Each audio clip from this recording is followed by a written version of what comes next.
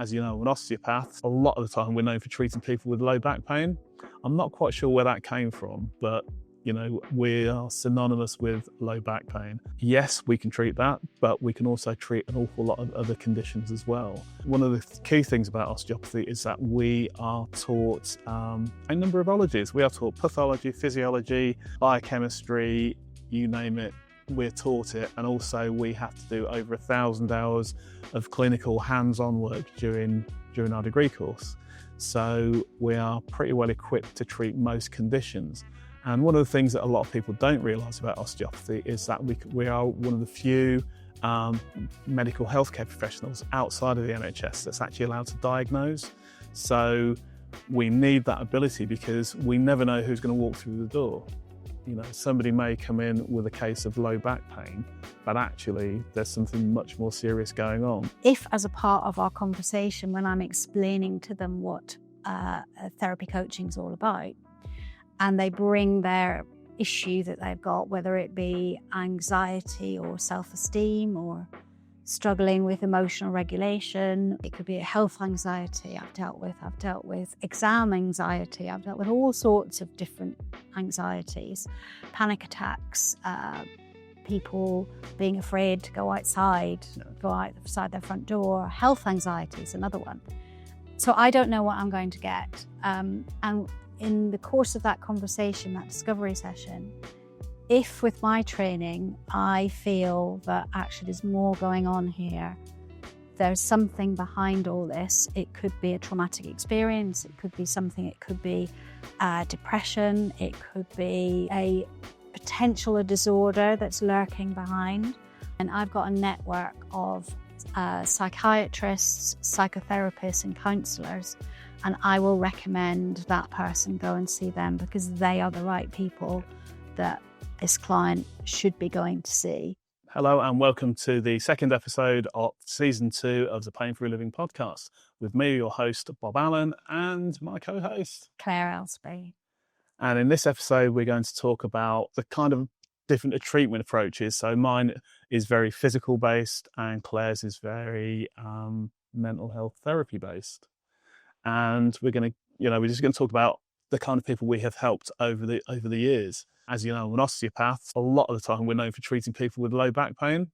I'm not quite sure where that came from, but we are synonymous with low back pain. Yes, we can treat that, but we can also treat an awful lot of other conditions as well. One of the key things about osteopathy is that we are taught a number of ologies. We are taught pathology, physiology, biochemistry, you name it, we're taught it. And also we have to do over 1,000 hours of clinical hands-on work during our degree course.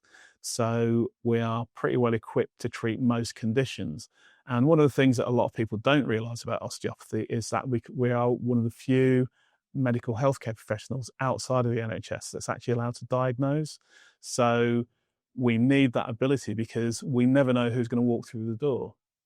Somebody may come in with a case of low back pain, but actually there's something much more serious going on.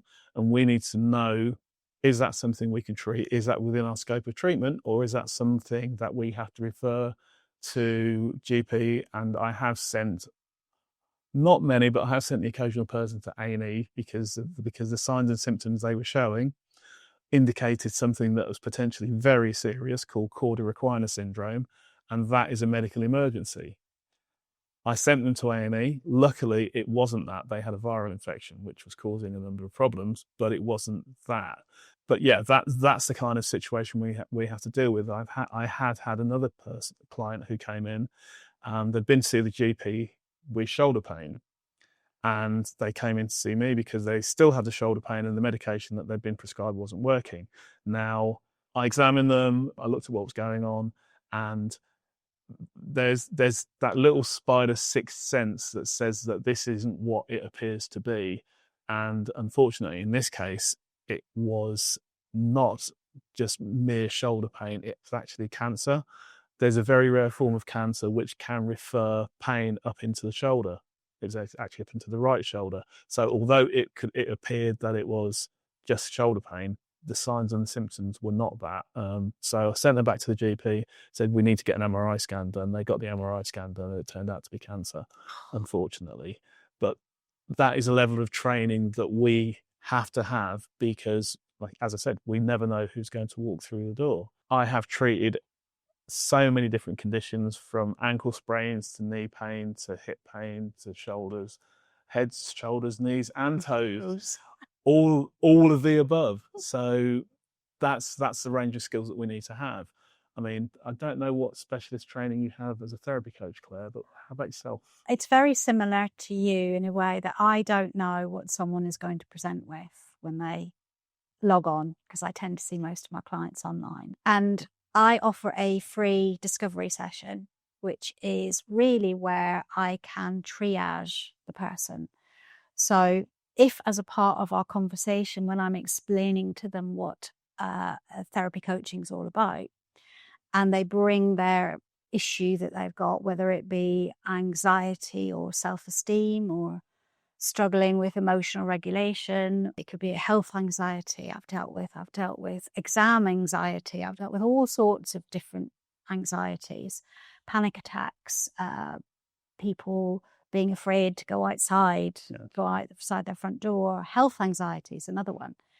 So I don't know what I'm going to get. And in the course of that conversation, that discovery session, if with my training, I feel that actually there's more going on here, there's something behind all this, it could be a traumatic experience, it could be something, it could be depression, it could be a disorder that's lurking behind, I've got a network of psychiatrists, psychotherapists and counsellors, and I will recommend that person go and see them because they are the right people that this client should be going to see.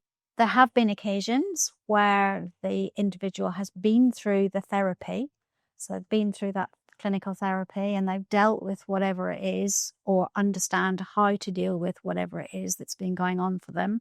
Potentially trauma, I would say, is a common one, but they're now ready to sort of look forward. Yeah. And that's when they can come back to me, because that's not necessarily what a therapist would deal with. So that's really when I tend to see that person again. Yeah, and I think that's quite a skill. I think that's something which we hadn't thought about, but actually one of the skills of doing what we do is to know our scope of practice. It's to know who can we treat and who can we help and when we need to refer. And I do know that there are situations where people don't do that. They go beyond their scope of practice and where they haven't really got the skills to do that. Yes. So I think that is something that I hadn't thought about to bring out in this episode, but actually it's a really important point, is to know what our limitations are. I mean, it's drummed into me as part of my training what our boundaries are. And also it's, I'm bound by my professional organisation, and there's a code of ethics. Yeah. So, I'm very aware of that. And having done counselling as well, I'm very aware of the different kinds of disorders and how these can manifest themselves, and also the language people use. Yeah. So it's usually in that discovery session where I can very gently suggest that I'm not necessarily the best person for them, but I could recommend X, Y, and Z. Yeah, and I think that's another key point as well, is that having that support network where they may not be suitable for us to treat, but we have got somebody we can refer them to. So, it's a bit like it's signposting basically. Yeah. So somebody may not be, they may not be suitable for what we do, but we know somebody who can help. And I know that I have had one or two people who have come to see me where, as well as hands-on treatment from me as an osteopath, I have referred them to therapists, psychotherapists, therapy coaches, because that's all part of the puzzle and it's not an area that I'm qualified to deal with. But then we get into the whole mind-body concept, and they are not separate. There are a lot of areas in the medical profession where you have the body, that is your physiotherapist, that's where your chiropractor, that's where your osteopath deals with, and then you've got the mind, which is where the therapy coach deals. Yes. Yeah. And they deal with them separately, but actually you cannot have good physical health without good mental health. You cannot have good mental health without good physical health. So this is where a partnership like ours, this is where, that's where the benefits are. Yeah. And some people know that, but I think it's not as widely accepted as it should be. And we're getting a little bit controversial here. So moving it back on track. So Claire, Love it. who's your typical client then? Who would you normally see? Oh, well, I would divide it into two separate types. Types, probably not the right word, but it's someone who's they're not feeling at their best, and they haven't been feeling at their best for a little while. It's been lingering. Yeah. So I'm thinking of a client particularly that told me that he felt that he was walking around in his own private bag of fog. And that was the only way he could describe it. And he didn't know what was wrong with him, but he just knew that he needed help. Yeah. And in his particular situation, it had been lingering for probably about 6 months. He didn't feel that he was depressed, but he certainly had low mood. And he certainly felt he'd lost his mojo. And he had got to the point where he was overthinking everything. Yeah. And even a trip to the shops was a challenge for him. And he'd always been a really confident, competent individual. And he just couldn't understand why this was happening to him. There was no trigger.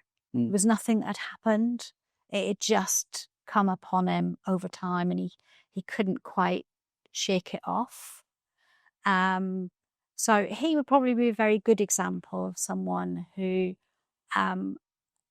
came to me. We had our discovery session. I couldn't pinpoint anything in his language that would suggest to me there was anything deeper. So I thought, right, okay, if you're happy, we'll work together and we'll just see how it goes. And I'm really pleased to say that he's doing amazingly well. One of his things was that I said he was worried about going to the shops. Since then, since we've been working together, he's been on a holiday to Thailand. He's been on another one to Mauritius. And he feels he's completely got his mojo back. And he just doesn't understand how he got himself into that situation in the first place. But that would be an example of someone that just felt they needed some help and didn't know where to turn. Yeah. So if I hadn't been able to help him, if I'd felt it, I would still have been able to support him in pointing him in the right direction. Yeah, which is all part of the process. Yes. Yeah. Yeah. I mean, for me, one of the areas that I do quite well in is where you've got people who have had long-standing problems. They've been to see a physio, they've been to see a consultant, they've been to the GP, they've been everywhere and not had any success. So I had somebody recently who had a fall and tore his ACL, which is a ligament in the knee joint, 9 years ago. And he had an ACL repair and that worked okay-ish, but a year of physiotherapy and he was still getting some pain and he was still not 100%. That was 9 years ago. Basically, the NHS gave up on him because they couldn't work out what was going on. They'd done everything they could and they thought, yeah, okay, we're kind of at our limit now. We don't know what else to do. So he lived with the pain for quite a while because he didn't think there was anybody else that could help him. I think he'd seen a couple of physios and a couple of other people who couldn't work out what was going on. Then he just lived with it for a while. And then somebody suggested coming to see me. And he did. And 2 treatments later, he's back out and no problem at all. And so not because I'm brilliant, but... Oh, you are, Bob. Thank you, Claire. Thank you. You are. But it was interesting because the pain was in the left knee, but he had a lot of restrictions in the right hip.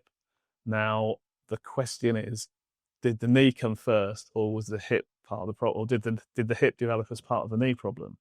But it worked out that one was maintaining the other. So rather than doing work on the knee, which is what a lot of people would do because that's where the pain is, just with the examination, I found that actually there was a lot of restriction in the right hip.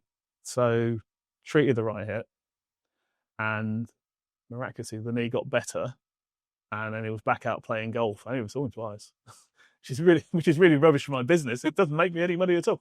But actually and this is one of the joys of osteopathy, is that it's a whole body approach. It's not just okay, that's the problem, that's what we need to fix, because that's what people had tried and it hadn't worked. So okay, let's think a little bit broader. Let's see what else might be going on, and then start to work our way through and say, if that is the problem, let's treat that, and treat the knee as well, and then see where we go from there.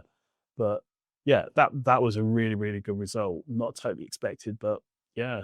But he's happy. He's very happy, back playing golf. So for me, one of the things that I found in my many years of practice is that, so when I started, I wanted to work with people with disabilities because that is a group that is very poorly served by the NHS. The NHS is brilliant for emergencies, not so great for chronic problems like long-standing low back pain, like this guy with the long-standing knee pain. It's not great for that because it's very focused on where does it hurt.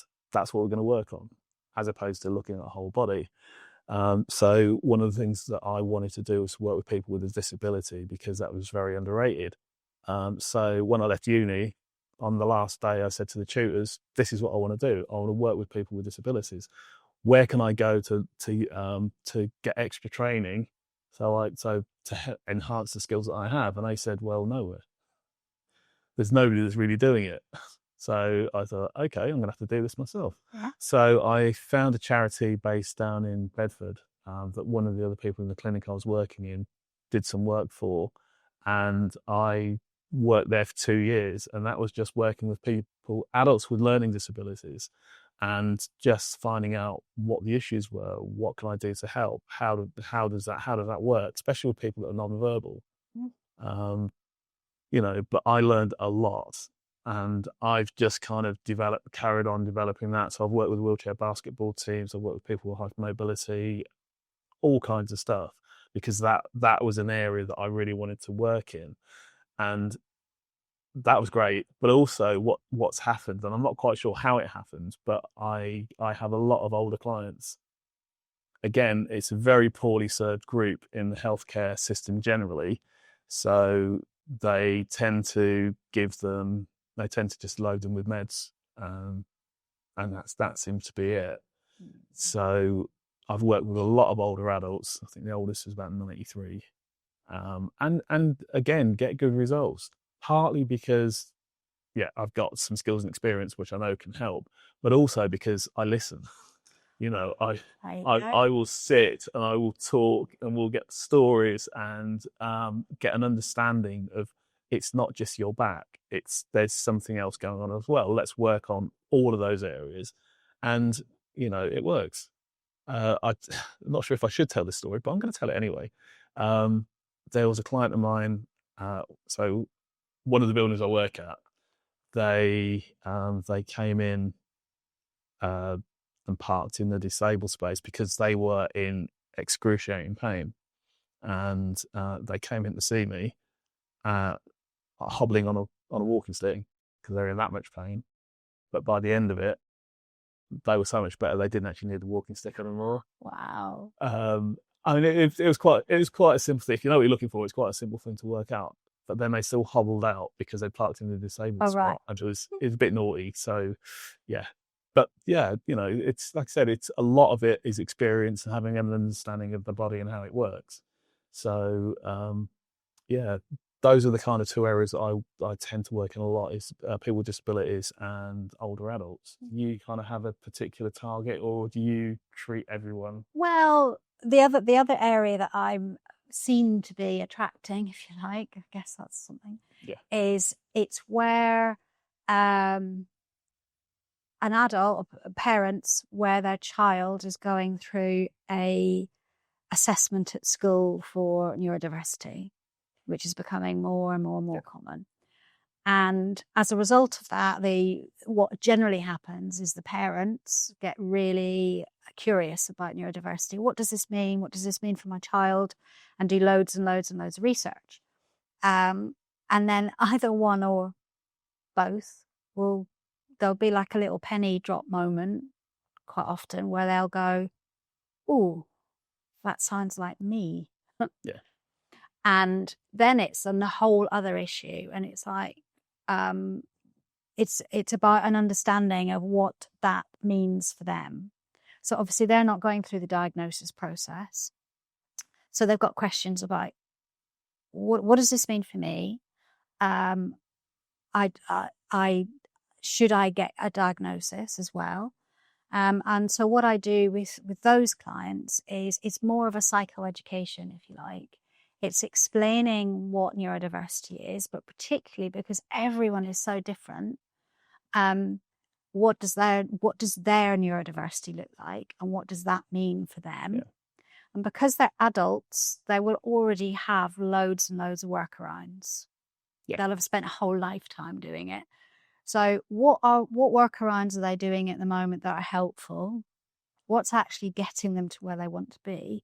But equally, which ones aren't maybe quite so helpful? And maybe there's other ones that I'm aware of through training and working with other neurodivergent adults that I know work for them and they might like to try. So there's also the aspect of, if they do want a diagnosis, is supporting someone through that process, because it can be quite brutal just because of the language that's being used and the kind of forms they have to fill in and everything, or deciding with them or helping them to decide. I don't make the decision, whether it's useful to them. Do they actually need it? If they think they're neurodiverse and everything is pointing towards that, what difference does a diagnosis actually make? This is quite an interesting one, you see. Sorry to interrupt, but back in my osteopathy training days, I did some work as a dyslexia support tutor for adults. So this was back in 2011, 2012. So I was working with adults with dyslexia. Yeah. And basically what had happened was they had, exactly as you said, they developed coping strategies to get through their young life and to get jobs where they didn't need to do the paperwork. But because they tended to be really, really good at the jobs, they got promoted. Yes. And getting those promotions meant that they then started to get paperwork. They were moving away from the skills that they developed to cope with the work they had to do. And they were moving more into paperwork-based roles that they were not suited for and didn't want to do. So what happened back then is because of the Disability Discrimination Act, in the olden days, pre-disability discrimination, the company would have just sacked them. Yeah. But because that act had come in, they had to, if it was clear they weren't coping with the job, had to understand why they weren't coping with the job, and then put appropriate measures in place to what was it? Reasonable adjustment. Thank you. Reasonable adjustments. So that's when the company that I was working for got called in. So we went in, we gave coping strategies and voice to text software and all of those sorts of things. It worked really, really, really well. Worked really, really well. But I mean, one guy, he was a network manager. He'd gone all over the world installing networks and doing really, really well. And then they promoted him to manager, which meant that he then had to do loads of paperwork. And that was when it didn't go so well. So the courses were like 6 weeks, and gave him a load of coping strategies. And there's a couple of times where they had no idea they had dyslexia until they'd been tested. And then in the first session, I had this great diagram of all the different aspects of dyslexia, dyscalculia, dyspraxia. Everything was on there. And we'd go through that and explain that dyslexia is not this. Dyslexia is all of this. It's a massive spectrum of different issues. And we're going to work through this with you. And I had a couple of people break down in tears because they didn't realise that it wasn't them. There was a condition that they had, or there was something that was affecting them that they had no control over. and because they've gone through all of their lives not having a clue, just being different and being labelled as stupid, that having somebody say it's not your fault, this is why things happen, this is why things have happened the way they are, and this is why you struggle with reading, or why dyspraxia, you have clumsy child syndrome, as they used to call it back in the day. So it's quite interesting how things have changed. It's honestly, it's that moment when you actually see a client sitting in front of you and it's like they've just suddenly received an explanation. That light bulb moment. It is a genuine light bulb moment, and that's what I mean by psychoeducation. It's being able to explain and then support them in their particular version. Because everyone I saw was different. Every case, different strategies, different approaches to how they can do the things they needed to do. So But I think only once have I experienced someone where they're really disappointed, have really struggled with the thought that they might be ADHD. Everyone else, it's been a question of right. That explains it. Right, it's not an excuse, going forward, but I can find workarounds now. And it's no longer going to hold me back, because I'll find a way to deal with this. And it's like you say, there's a reason why I'm a little bit different. So that's exactly it's those adults of children where they're getting diagnosed and they've suddenly got curious about themselves. Does that mean it's me? It's that one. Okay. I think that's the end of episode 2. So we've got another episode coming up, which is where we talk about, if you do come and see one of us, what the process is, because again, one of the big mysteries is that when you go and see a therapist, whether it's a physiotherapist, osteopath, psychotherapist, what happens when you walk through that room and the door closes? What's going to happen next? So in the next episode, we're going to talk a bit about that. Hope you enjoyed this one, and we'll see you at the next one.